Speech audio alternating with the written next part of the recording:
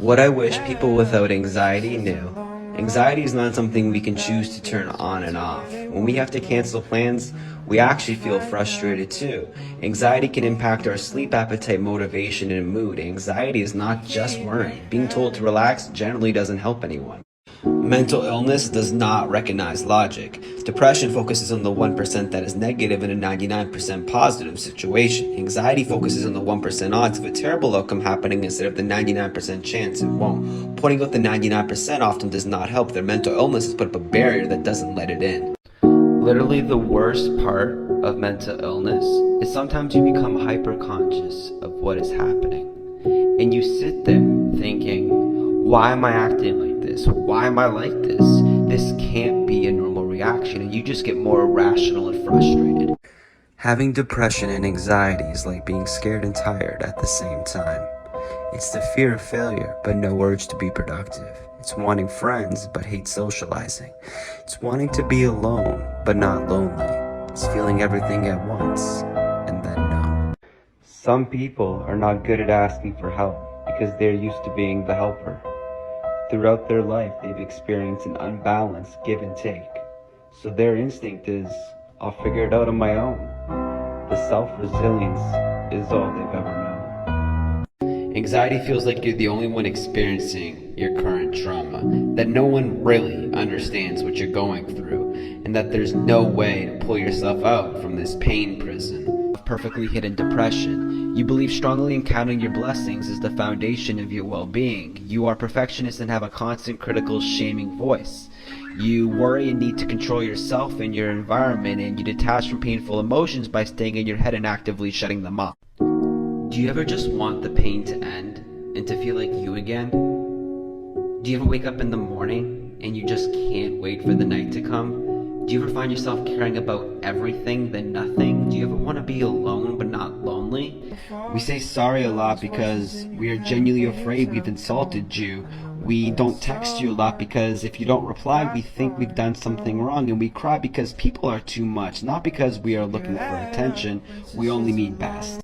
People pleasing due to the fear of driving people away. Procrastination followed by long periods of hard work to the point of burnout.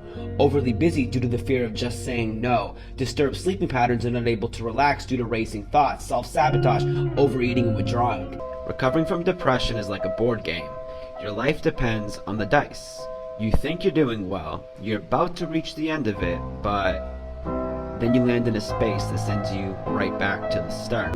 You lash out at others. You become easily irritable and angry with friends and yourself. You withdraw. It feels easier to push people away or withdraw socially. You always just feel exhausted. Having no energy is a common warning sign. We say things are awkward because we can be uncomfortable in any situation. We don't mean to hurt you. We ask if we annoy you because we genuinely think we have annoyed you somehow. And we can be set off by little things, so do not say we're overreacting when we panic. Anxiety will make you do weird things, such as holding an apple core for 45 minutes during a meeting because you're too anxious to go to the trash can that's 10 feet away.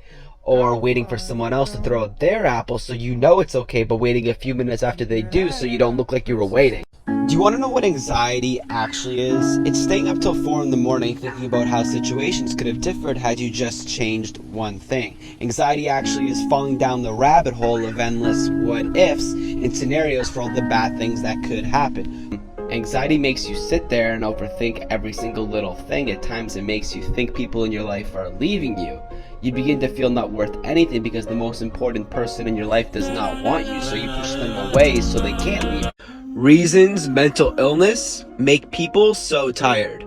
They have to constantly deal with stigma and ignorance from others. They have to pretend that they're okay all the time. They're in constant battle with their thoughts, and they have to constantly prove to others that they do have a mental illness. Social anxiety is counting your money 10 times before paying. It's wanting to hide your face or body when in public. It's being scared to call or make appointments. It's staying in bed for forever to avoid people. It's making up scenarios in your head when you get embarrassed and having panic attacks in a crowded place. Do you ever feel like everyone is staring at you and judging you, and you forget how to do normal tasks, and it feels like you're doing them wrong, and you are hyper aware of every move you make, and it is honestly your own private pain prison? Nobody likes you when you're depressed, and that's just the truth. We can all sit here and talk about mental health, but in reality, depressed people get put in a category of negativity and toxicity and get left to drown in it on their own. Having an anxiety disorder is like that moment where your chair almost tips, or you miss a step going down the stairs, but it never stops. Anxiety is not weakness. Living with anxiety, turning up and doing stuff with anxiety takes a strength most will never know.